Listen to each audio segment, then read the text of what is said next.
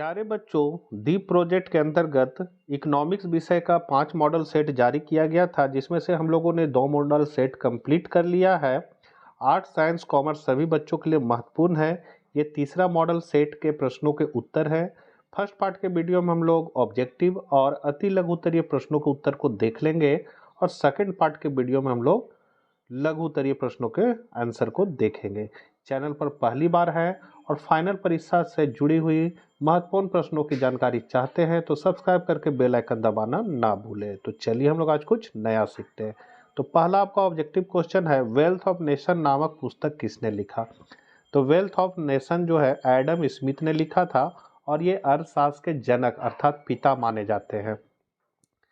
A nature of causes of wealth of nation पूरा किताब का नाम है। 1776 ईस्वी में इस किताब को उन्होंने लिखा था। दूसरा क्वेश्चन, उत्पादन संभावना वक्र की विशेषताएं क्या है? तो उत्पादन संभावना वक्र की विशेषताएं जो होती है ये है आपका उत्पादन संभावना वक्र। तो यह वक्र ऊपर से नीचे दाहिनी ओर झुकती है, जैसे ऊपर से नीचे दाहिनी ओर झुकती है।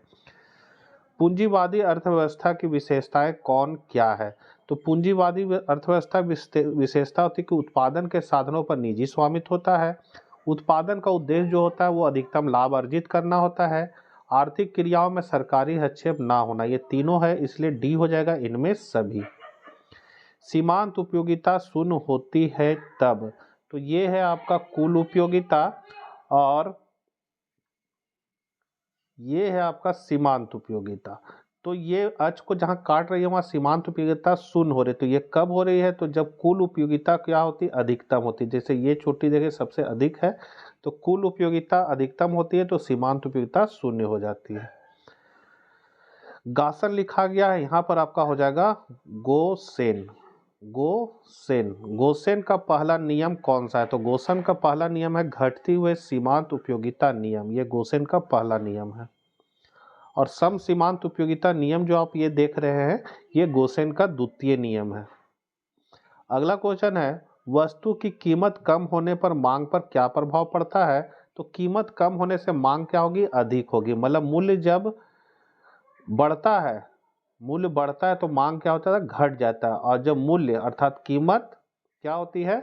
कम होती है तो मांग क्या होती है? बढ़ जाती है। तो यहाँ कीमत कम हो रहा है तो मांग क्या हो जाएगी? अधिक हो जाएगी। पूरक वस्तु का उदाहरण कौन सा है? पूरक वस्तु मतलब होता है एक के बिना दूसरा का हम लोग उपयोग नहीं कर सकते।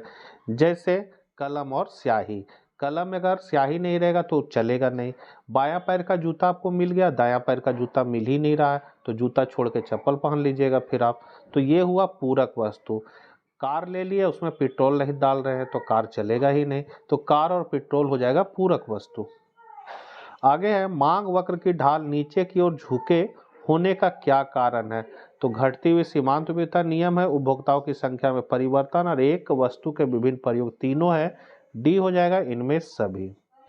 पूर्ण लोचशील मांग के मांग वक्र का आकार कैसा होता है? पूर्ण लोचशील मतलब इस तरह होगा जैसे E बराबर इन्फिनिटी, इसका संकेत है, मतलब इसमें मांग की लोच अनंत होती है। तो यहाँ कहता है पूर्णतः लोचशील मांग वक्र का आकार कैसा होता है? तो एक्स अक्ष के समानांतर होता है। ये है आपका एक्स अक्ष और इसके समानांतर ये रेखा होगी। जब किसी वस्तु की बहुत आवश्यक वस्तु की मांग की लोच कौन सा होगा? तो ये आपका कम लोचशील होगी, मतलब कम परिवर्तनशील होगी।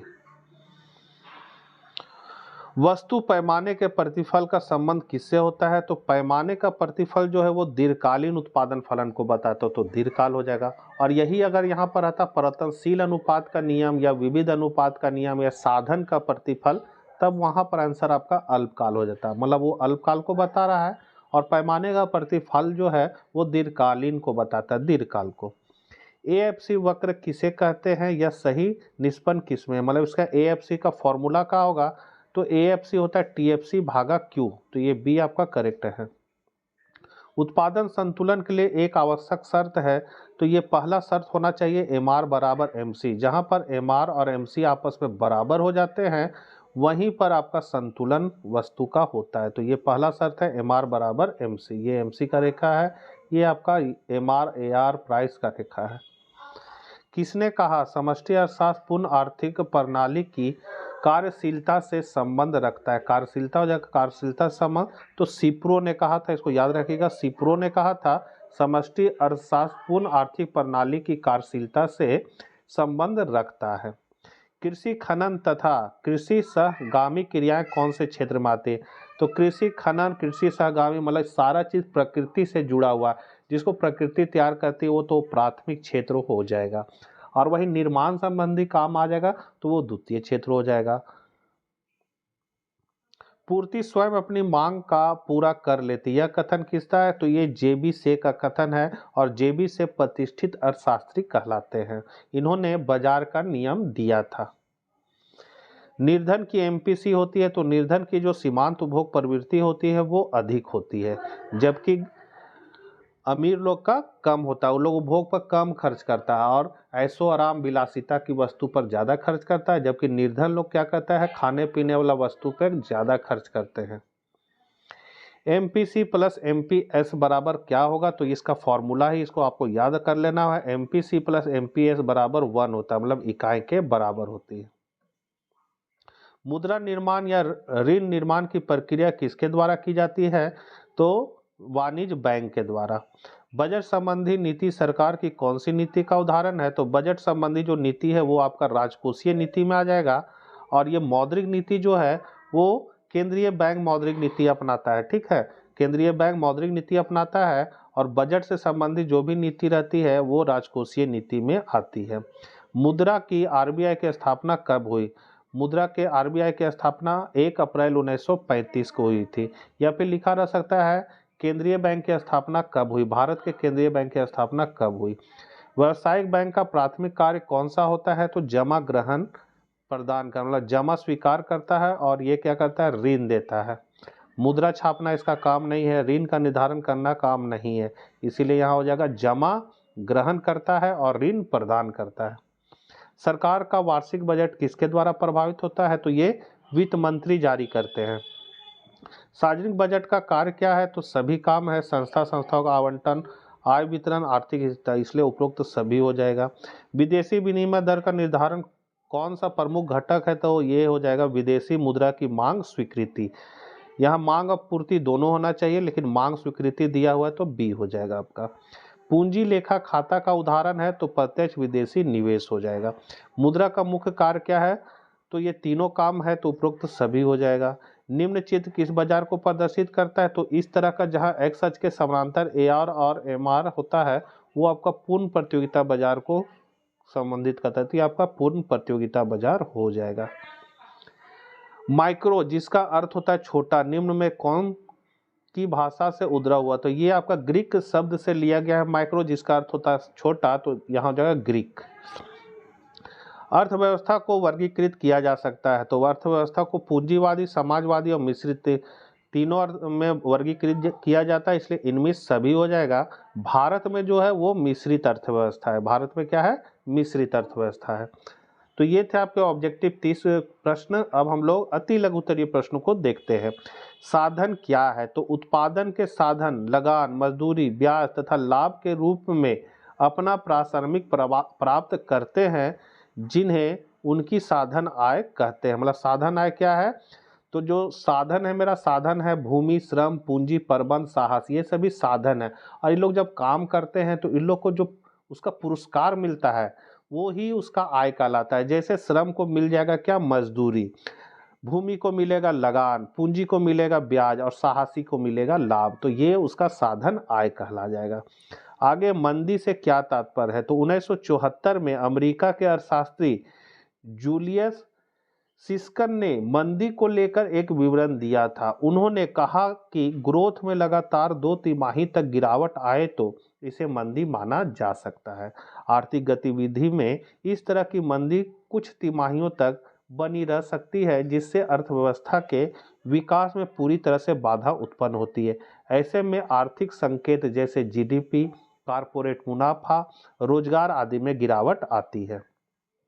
अगला, मुद्रा के प्राथमिक कार्य क्या है? तो मुद्रा के प्राथमिक कार्य है विनिमय का माध्यम, मतलब ये लेन देन के काम आता है पैसा, और मूल्य का मापक, मतलब उस मुद्रा में क्या गुण है कि किसी भी चीज का वो मूल्य को मापता है। जैसे घड़ी लिए, कितना में लिए? 300 रुपया। पेन लिए, कितना में लिए? 10 रुपया। तो वो किसी भी चीज के मूल्य को मापता है, इसलिए मूल्य मापक हो जाएगा। आगे स्वायत्त निवेश क्या है? स्वायत्त निवेश मतलब होता है जिसका उद्देश्य लाभ कमाना नहीं होता है, वो आय से प्रेरित नहीं होता है। स्वायत्त निवेश जो है वो क्या होता है, सरकार खर्च करती है। सरकार जैसे हॉस्पिटल बनाती है तो लाभ के उद्देश्य से हॉस्पिटल नहीं बना रही, वो समाज का कल्याण करने के लिए, गरीबों की सहायता करने के लिए हॉस्पिटल बना रही है, सरकारी हॉस्पिटल। तो ये स्वायत्त निवेश कहलाएगा। ठीक है, तो स्वायत्त निवेश वह निवेश है जो आय के स्तर में परिवर्तन से प्रभावित नहीं होता है, अर्थात आय निरपेक्ष होता है, मतलब आय से इसको कोई लेना देना नहीं है, ये स्वायत्त निवेश कहलाएगा। और वही अगर प्रेरित निवेश रहता तो वो आय से प्रेरित है, मतलब लाभ कमाने के लिए अगर हम कहीं पैसा लगा रहे हैं तो वो निवेश जो है मेरा प्रेरित निवेश कहलाएगा। प्रत्यक्ष कर को परिभाषित करें तो प्रत्यक्ष कर वह कर है जिसका अंतिम भार उसी व्यक्ति को उठाना पड़ता है जिस व्यक्ति पर कर लगाया गया है, अर्थात इस कर के अंतिम भार को किसी अन्य व्यक्ति पर टाला नहीं जा सकता है। जैसे आयकर, उपहार कर, धन कर, निगम कर आदि प्रत्यक्ष कर के उदाहरण है। कहने मतलब है सरकार मेरे पे टैक्स लगाया और हम ही को टैक्स देना है तो ये प्रत्यक्ष कर कहलाएगा। और सरकार मेरे पे टैक्स लगाया, हम दूसरा पर अगर टाल दिए हैं और वो आदमी जाके भुगतान कर रहा है तो वो अप्रत्यक्ष कर कहलाएगा। जैसे साबुन निर्माता कंपनी पर सरकार ने टैक्स लगा दिया तो साबुन निर्माता कंपनी क्या करेगी, साबुन के दाम में ही टैक्स को जोड़ देगी और ग्राहक से वो टैक्स को पेड करवाएगी। तो ये क्या हुआ, टैक्स को दूसरा पे टाल दिया गया, तो ये अप्रत्यक्ष कर कहलाया। तो अगर हम कोई साबुन खरीदते हैं तो दाम के नीचे देखिएगा लिखा रहेगा ऑल टैक्स इंक्लूडेड, इसका मतलब है उसमें टैक्स जुड़ा हुआ है, जो भी खरीदेगा उसको वो टैक्स दे के ही खरीदेगा। आगे है वस्तु विनिमय प्रणाली के दो दोष बताएं।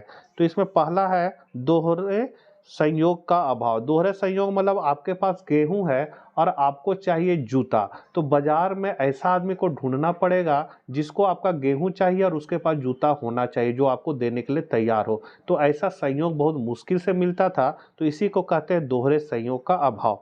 तो आप किताबी भाषा में हम लोग देखते हैं कि इसमें आवश्यकताओं के दोहरे संयोग का अभाव पाया जाता है। आवश्यकताओं के दोहरे संयोग का मतलब यह है कि दो व्यक्ति ऐसे होने चाहिए जिनको एक दूसरे की वस्तु की आवश्यकता हो और वह उन्हें बदल सकते हैं। उदाहरण के लिए यदि मोहन के पास गेहूं है और उसे बदले में दूध चाहता है तो उसे उस ऐसे व्यक्ति को खोज करनी होगी जिसके पास दूध हो और वह दूध के बदले में गेहूं लेने के लिए तैयार हो। लेकिन वास्तविक जीवन में इस प्रकार का दोहरा संयोग जो है मिलना बहुत ही कठिन है। उसके बाद है मूल्य के समान माप का अभाव। तो इसमें मूल्य के एक समान मापक का अभाव पाया जाता है। इसके फलस्वरूप दो वस्तुओं के बीच विनिमय की मात्रा निश्चित करना कठिन हो जाता है। उदाहरण के लिए यह बतलाना बहुत ही कठिन है कि एक बकरी के बदले कितना कपड़ा दिया जाए अथवा एक गाय के बदले कितनी बकरियां दी जाए। तो ये मूल्य का माप का अभाव पाया जाता है वस्तु विनिमय प्रणाली में। जैसे हम किसी को गाय दे रहे हैं तो बदले में हमको क्या दे रहा है, मुर्गा दे रहा है, तो वो हमको कितना मुर्गा देगा। तो ये चीज का हम लोग क्या कहते हैं, वस्तु विनिमय प्रणाली में कठिनाई होती है। आगे अनैच्छिक बेरोजगारी से आप क्या समझते हैं? तो बेरोजगारी की ऐसी स्थिति होती है जिसमें लोग काम करने के योग्य होते हैं और प्रचलित मजदूरी दर पर काम करने के लिए तैयार भी होते हैं किंतु उन्हें काम नहीं मिलता है। तो ये अनैच्छिक बेरोजगारी होती है। मतलब हमको 100 रुपया में भी अगर कहीं काम आ रहा है, 10 ही रुपया में हमको अगर कहीं काम मिल जाएगा और हम करने के लिए तैयार हैं और काम नहीं मिल रहा है तो अनैच्छिक बेरोजगारी हो जाएगा।